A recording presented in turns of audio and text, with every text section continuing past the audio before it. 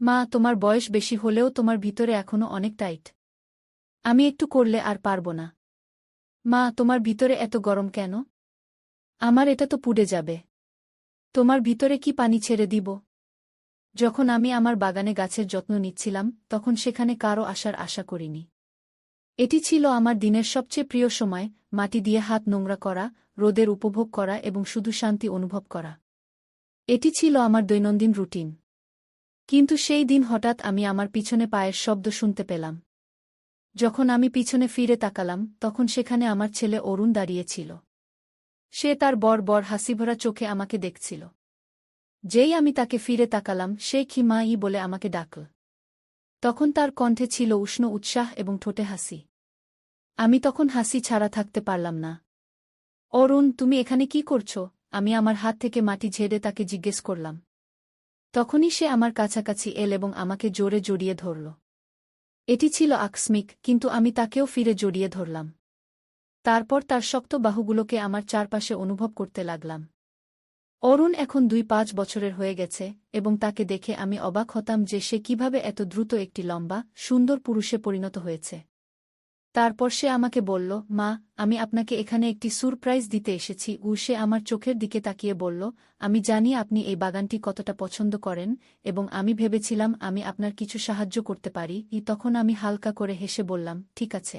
আমি সঙ্গীর আশা করিনি, কিন্তু সাহায্য করতে অস্বীকারও করতে পারি না। যখন সে আমার পাশে দাঁড়াল এবং একটি ছোট কোদাল হাতে নিল, তখন তার চলাফেরায় কিছু আলাদা ছিল। তার যুবক শক্তিতে পরিবেশ ভরে গেল, এবং এক মুহূর্তের জন্য বাগানটি একটি নতুনভাবে সুগন্ধিত হয়ে উঠল। তারপর আমরা একসাথে কাজ শুরু করলাম। কাজের সময় আমরা অনেক হাসিঠাট্টা করলাম। তখনই আমি তার গার্লফ্রেন্ড সম্পর্কে কথা তুললাম। সে সঙ্গে সঙ্গে গম্ভীর হয়ে অস্বীকার করল। কিন্তু তখনই কাজ করার সময় কিছু বদলে গেল। অরুণ একটি গমলা তুলতে হাত বাড়াল, তখন তার হাত আমার হাত স্পর্শ করল, এবং একটি শিহরণ আমার সমস্ত শরীরে ছড়িয়ে পড়ল। সেই হালকা স্পর্শ এক মুহূর্তের জন্য আমাকে অস্থির করে দিল, যেন আমাদের মধ্যে বাতাসে একটি অকথিত সংযোগের ঢেউ বয়ে গেল। তারপর আমরা কাজে মনোযোগ দেওয়ার চেষ্টা করলাম, কিন্তু তখন একে অপরের এত কাছাকাছি হওয়ার একটি অদ্ভুত অনুভূতিকে অস্বীকার করা খুব কঠিন ছিল। কাজ করার সময় যখন সে ঘাস উপড়ে ফেলতে নিচু হল, তখন হঠাৎ তার মুখ আমার মুখের খুব কাছাকাছি চলে এল। তখন আমি তার গরম নিঃশ্বাস আমার গালে অনুভব করলাম, এবং আমাদের মধ্যে দূরত্ব যেন কিছুক্ষণের জন্য অদৃশ্য হয়ে গেল। তারপর আমাদের চোখে চোখ পড়ল, এবং তার চোখে একটি গভীর অনুভূতি ছিল, যেন সে সব কিছু বলছে যা শব্দে বলা যায় না। কিন্তু তখন তার দৃষ্টিতে এমন কিছু ছিল যা আমার হৃদস্পন্দন বাড়িয়ে দিয়েছিল। সেই মুহূর্ত, সেই দৃষ্টি, সবকিছু আকস্মিকভাবে ঘটে গেল যা আমার সমস্ত শরীরে একটি সংবেদন সৃষ্টি করল। তখন সে নরমভাবে জিজ্ঞেস করল, মা, আপনি ঠিক আছেন? তার কণ্ঠে ছিল কোমলতা এবং একটি অকথিত তীব্রতা। তখনও তার চোখ আমার সৌন্দর্য দেখছিল, এবং আমার নিঃশ্বাস থেমে গেল। আমার কণ্ঠ কাঁপছিল, এবং আমি আমার সংযম বজায় রাখার চেষ্টা করে উত্তর দিলাম, আমি ঠিক আছি, বেটা। তারপর আমি আমার ঠোঁটে হাসি আনার চেষ্টা করলাম, কিন্তু এখন আমাদের মধ্যে পরিবেশ সম্পূর্ণ বদলে গেছে। এখন প্রতিবার যখন আমি তার দিকে তাকাতাম, আমি তাকে আমাকে দেখতে পেতাম। তার দৃষ্টি আমার বুকের মধ্যে একটি হালকা আকাঙ্ক্ষা জাগিয়ে তুলছিল। তারপর যত আমরা এগিয়ে যেতে লাগলাম, পরিবেশে একটি অদ্ভুত অস্থিরতা ভরে গেল। এখন অরুণের স্বাভাবিক এবং চঞ্চল স্বভাব কিছুটা বেশি গম্ভীর এবং আবেগপ্রবণ হয়ে গেছে। তখন সে দাঁড়াল এবং তার বাহু প্রসারিত করে আংটি নিতে লাগল, যা আমাকে তার বাবুর একটি ঝলক দেখাল। তখন আমার দৃষ্টি বাবুর উপর আটকে গেল, এবং আমার হৃদস্পন্দন বেড়ে গেল। তখন অরুণ বলল, মা, তুমি জানো গো? তার কণ্ঠ ছিল নরম এবং অন্তরঙ্গ। সে বলল, আমি সবসময় বিশ্বাস করি যে তুমি পৃথিবীর সবচেয়ে সুন্দর নারী, কারণ তোমার চেয়ে সুন্দর নারী আমি আজ পর্যন্ত দেখিনি। তার শব্দগুলি শুধু প্রশংসার চেয়ে বেশি একটি স্বীকারোক্তি ছিল, যা আমাকে ভাবতে বাধ্য করল। এর আগে যে আমি কিছু বলতে পারি, সে আরও কাছে চলে এল। তারপর তার হাত আমাকে আলতো করে জড়িয়ে ধরার জন্য এগিয়ে এল। তার আঙুলগুলি আমার হাতের উপর একটি রেখা তৈরি করতে লাগল, যেখানেই সে স্পর্শ করল, সেখানে একটি শিহরণ ছড়িয়ে পড়ল। তখন আমি তার উষ্ণতা আমার শরীরে অনুভব করতে পারছিলাম, এবং তখন পৃথিবী আমাদের জন্য ছোট হয়ে গেল। তারপর একটি কোমল স্পর্শের সাথে সে আমার কানের পিছনে তার গরম নিঃশ্বাস ছড়িয়ে দিতে লাগল।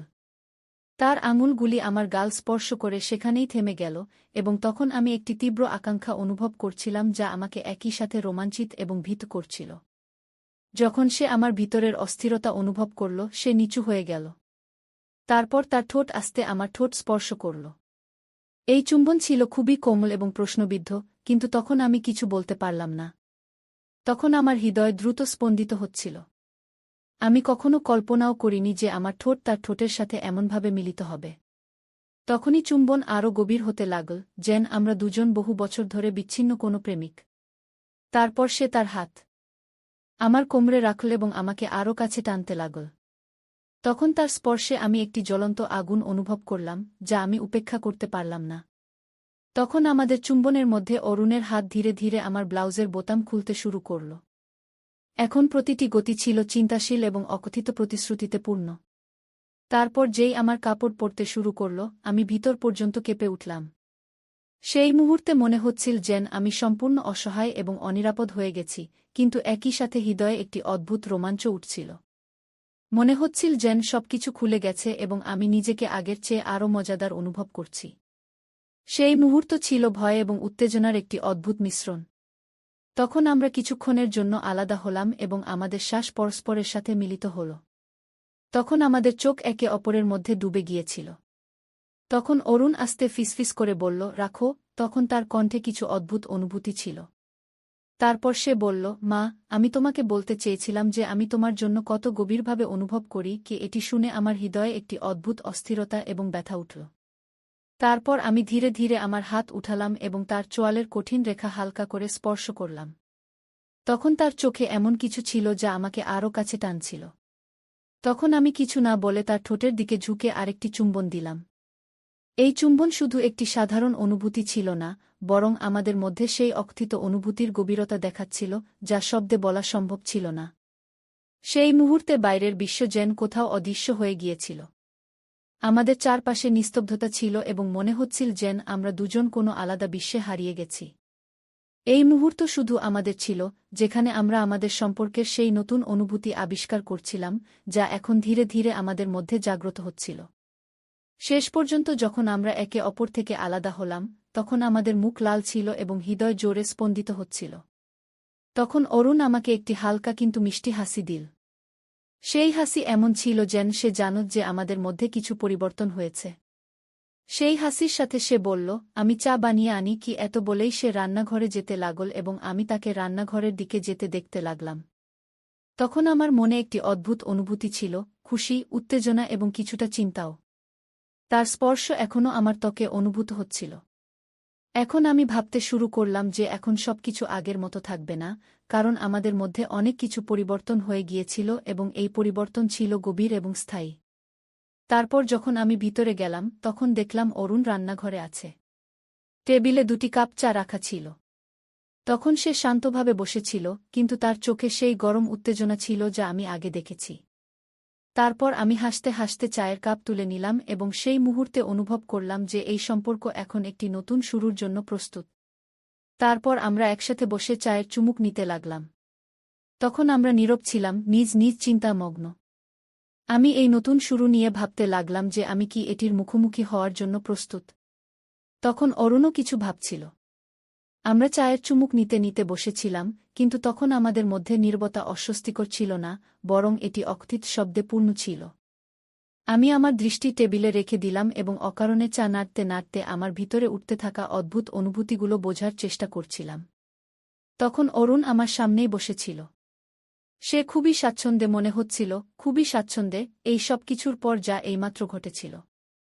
তবুও তার দৃষ্টি আমার উপর ছিল এবং আমি তার উপস্থিতি আমার ত্বকে একটি গরম স্পর্শের মতো অনুভব করতে পারতাম। তখন সে আস্তে বলল, মা। তখন তার কণ্ঠ নীরবতা ভেঙে দিল। তারপর সে বলল, আজ আপনি আলাদা লাগছেন। আপনি ঠিক তো আছেন? তখন আমি তার দিকে তাকালাম। তারপর আমার এবং তার দৃষ্টি মিলিত হল। তখন তার চোখে চিন্তা ছিল, কিন্তু কিছু আরও ছিল, কিছু এমন যা আমার হৃদস্পন্দন বাড়িয়ে দিল। আমি এমন অনুভূতির সাথে অভ্যস্ত ছিলাম না, বিশেষ করে অরুণের আশেপাশে। কিন্তু আমি আমাদের মধ্যে কি যখন সে সুযোগ দিচ্ছিল, তখন আমার মনের এক অংশ চাইছিল যে সবকিছু আগের মতোই থাকুক এবং আমি এই বিষয়গুলো উপেক্ষা করে যাই। কিন্তু আমার ভেতরের আরেক অংশ, যে ইতিমধ্যে সেই মুহূর্তের গভীরতা অনুভব করেছিল, সে জানতে চাইছিল যে সামনে কি হতে চলেছে। আমি বুঝতে পারছি, অরুণ। আমি ধীরে ধীরে বললাম, তখন আমার কণ্ঠ এতই নিচু ছিল যে মনে হচ্ছিল আমি নিজের সঙ্গে কথা বলছি। কিন্তু কিছু কথা সরাসরি বলা সহজ হয় না। তখন সে কিছুই বলল না, শুধু তার গভীর দৃষ্টিতে আমাকে দেখতে থাকল। হঠাৎ কিছু না বলেই সে উঠে দাঁড়াল এবং টেবিলের চারপাশে ঘুরে আমার পাশে এসে দাঁড়াল। তখন সে এত কাছে ছিল যে আমি তার উষ্ণতা অনুভব করতে পারছিলাম। আমার শ্বাস যেন থেমে গেল। এখন আমাদের কিছু বলার প্রয়োজন নেই, সে ধীরে ধীরে বলল। তারপর সে তার হাত হালকাভাবে আমার কাঁধে রাখল। আমি তার দিকে তাকালাম এবং আমার হৃদয় দ্রুত স্পন্দিত হতে লাগল। তার স্পর্শ কোমল ছিল, কিন্তু তাতে এক অদ্ভুত গভীরতা ছিল। আমি জানতাম যে আমাকে পিছিয়ে যাওয়া উচিত, কিন্তু আমি জানি না কেন আমি তার দিকে আকৃষ্ট হচ্ছিলাম। তখন তার স্পর্শ আমাকে এক ধরনের শান্তির মতো লাগছিল। অরুণ, তখন আমি বলতে শুরু করলাম, কিন্তু আমার কথা থেমে গেল। ঠিক তখনই সে নুয়ে পড়ল এবং আমার কপালে একটি হালকা চুম্বন দিল। তারপর সে ফিসফিস করে বলল, সব ঠিক আছে, মা। তার ঠোঁট এক মুহূর্তের জন্য থেমে গেল, তারপর সে কিছুটা পিছিয়ে গেল। কিছুক্ষণ ভেবেই সে বলল, মা, আমি তোমাকে ছেড়ে কোথাও যাব না। তার কণ্ঠে এত কোমলতা ছিল যে আমার হৃদয় যেন এক অদ্ভুত শান্তি পেল। যখন অরুণ আমার কাঁধে হাত রাখল এবং বলল, সম্ভবত এখন আমাদের কথা বলার প্রয়োজন নেই, তখন আমি নিজেকে থামাতে পারলাম না। সে তখন তাড়াহুড়ো করছিল না, শুধু আমার সঙ্গে ছিল, আমার প্রতিক্রিয়ার অপেক্ষায় ছিল। এবং যতই আমি এটা থামানোর চেষ্টা করছিলাম, ততই আমি আমাদের মধ্যে আকর্ষণকে অস্বীকার করতে পারছিলাম না। তখন আমি অরুণের সঙ্গে নিরাপদ বোধ করছিলাম, কিন্তু এখন এটা তার চেয়ে অনেক বেশি হয়ে উঠছিল। এখন আমাদের মধ্যে কিছু উন্মোচিত হচ্ছিল, এমন কিছু যা আমাদের নির্ধারিত সীমানা অতিক্রম করেছিল। অরুণ, আমাকে না। আমি ফিসফিস করে বললাম। এর আগে যে আমি পুরো কথা বলতে পারি, সে ধীরে ধীরে আমার গাল ধরে আমার মুখ তার দিকে ঘুরিয়ে নিল। তারপর সে ধীরে ধীরে বলল, মা, তোমার কিছু বলার প্রয়োজন নেই, শুধু আমাকে এখানে তোমার সঙ্গে থাকতে দাও। তখনও আমার হৃদয় দ্রুত স্পন্দিত হচ্ছিল। যখন আমি তার চোখের দিকে তাকালাম, তখন তার দৃষ্টিতে এক আকাঙ্ক্ষা দেখে আমি স্বস্তি পেলাম, আবার ভয়ও পেলাম।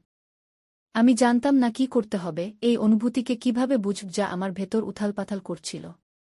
কিন্তু সেই মুহূর্তে তার হাত আমার গালে এবং তার চোখ আমার চোখের দিকে তাকিয়েছিল, তখন আমি পিছিয়ে যেতে চাইছিলাম না। ধীরে ধীরে সে আবার নুয়ে পড়ল এবং আমার গালে একটি হালকা চুম্বন দিল। এটা তার দিক থেকে একটি ইঙ্গিত ছিল যা খুবই কোমল, কিন্তু এটা আমার মেরুদণ্ডে একটি শিহরণ ছড়িয়ে দিল। তারপর আমি আমার চোখ বন্ধ করলাম, তার ঠোঁটের উষ্ণতা আমার ত্বকে অনুভব করতে করতে, এবং এক মুহূর্তের জন্য বাকি সবকিছু ভুলে গেলাম। এখন সবকিছু যেন ঝাপসা হয়ে যাচ্ছিল। কিছুক্ষণ পরে যখন সে পিছিয়ে গেল, তখন আমি আমার চোখ খুললাম এবং তাকে আমাকে দেখতে পেলাম। তার মুখ খুবই কোমল এবং শান্ত দেখাচ্ছিল। আমি শুধু তোমার খেয়াল রাখতে চাই, সে ধীর কণ্ঠে বলল, এটুকুই। তারপর আমি গভীর শ্বাস নিলাম, কিন্তু আমার গলায় যেন কিছু আটকে গেছে বলে মনে হচ্ছিল। এটা আমার জন্য একদম নতুন ছিল এবং কিছুটা ভীতিকর, কিন্তু আমার ভেতর কোথাও না কোথাও এই সংযোগ অনুভব করার ইচ্ছাও ছিল। তারপর আমি ধীরে ধীরে বললাম, অরুণ। তখন আমার কণ্ঠ এতই নিচু ছিল যে সেটা শোনা কঠিন ছিল। তারপর সে হালকা হেসে আমার কানের পাশের এলোমেলো চুল ঠিক করতে লাগল। তারপর সে শান্ত স্বরে বলল, কিছু না মা, এখন আমাদের কিছু বুঝতে হবে না। এবং সেই মুহূর্তে আমি তার কথায় বিশ্বাস করলাম। তখন সম্ভবত আমাদের এখনই চূড়ান্ত সিদ্ধান্তে পৌঁছানোর প্রয়োজন ছিল না। সম্ভবত এটাই ঠিক ছিল যে আমরা শুধু এখানে একসঙ্গে থাকি এবং জিনিসগুলো নিজে নিজে সাজিয়ে নিই। আমরা দুজন কিছুক্ষণের জন্য নিঃশব্দে বসে রইলাম, কিন্তু আমাদের মধ্যে টান এখনও অব্যাহত ছিল, তবে এখন সেটা হালকা এবং সহনীয় মনে হচ্ছিল। তখন অরুণ আমাকে আর কিছু জিজ্ঞাসা করল না এবং এর জন্য আমি মনে মনে তার কৃতজ্ঞ ছিলাম। সে আমাকে ভাবতে এবং বুঝতে সময় দিয়েছিল। কিছুক্ষণ পরে সে উঠে দাঁড়াল এবং কিছুটা টানাটানি করে বলল, তখন তার সেই পুরনো দুষ্টুমিভরা হাসি ফিরে এসেছিল। ঠিক আছে মা। তারপর সে চোখ টিপে বলল, কেমন হবে যদি আজ আমি আমাদের জন্য রান্না করি? তখন আমি তার কথায় হালকা হেসে ফেললাম। তারপর আমি বললাম, এটা তো খুব ভালো হবে। এবং তখন সত্যিই আমি কিছুটা স্বস্তি বোধ করছিলাম। তারপর সে রান্নাঘরের দিকে চলে গেল এবং আমি উঠে ঘরের দিকে গেলাম এবং শুয়ে পড়লাম। কিন্তু আমিও তখন বুঝতে পারিনি যে আমাদের মধ্যে কি চলছিল বা ভবিষ্যতে কি হবে, কিন্তু তখন আমি ধীরে ধীরে জিনিসগুলো সামলানোর জন্য প্রস্তুত ছিলাম। যা কিছু হোক, যেভাবেই হোক, আমরা একসাথে এটি সমাধান করব। এখন আমি আমার ঘরে ছিলাম, কিন্তু আমার মনে তখনও ধারণাগুলোর ঝড় বয়ে যাচ্ছিল। কিছুক্ষণ আগে যা ঘটেছিল তা সব মনে পড়ছিল। প্রতিবার যখন সে আমাকে সেইভাবে দেখত বা কিছু ছুঁয়ে যেত, তখন মনে হতো যেন আমার হৃদয়ে কিছুটা নাড়াচাড়া হচ্ছে। কিছুক্ষণ পর রান্নাঘর থেকে মশলার গন্ধ আসতে শুরু করল। আমি উঠে রান্নাঘরের দরজায় গিয়ে দাঁড়ালাম। তখন অরুণ আমার দিকে তাকাল এবং হেসে বলল, মা, আমি চাই আজকের খাবারটা বিশেষ হোক। কেন? আমি হালকাভাবে জিজ্ঞেস করলাম। কারণ কিছু মুহূর্ত বিশেষ হয়, সে আমাকে দেখে বলল। তখন তার চোখে এমন কিছু ছিল যা আমাকে অদ্ভুতভাবে অস্বস্তি দিচ্ছিল, কিন্তু আমি সেখান থেকে সরে যেতে পারলাম না।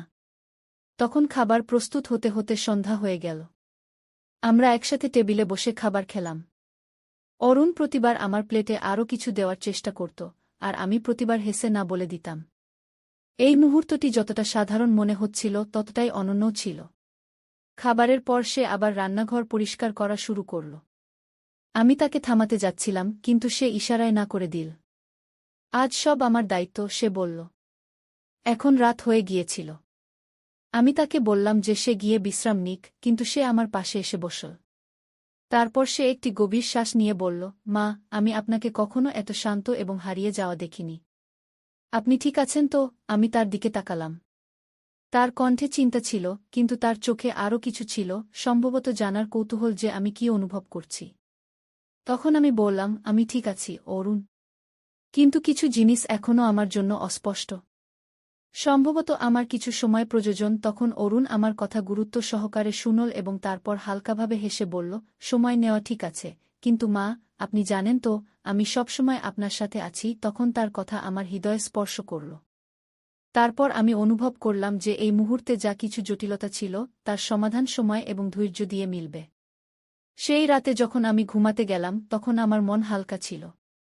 আমি ভেবেছিলাম, আমাদের মধ্যে যা কিছুই হোক না কেন, আমরা এটি সমাধান করব। পরের দিনের সকাল আমাদের জন্য একটি নতুন শুরু ছিল।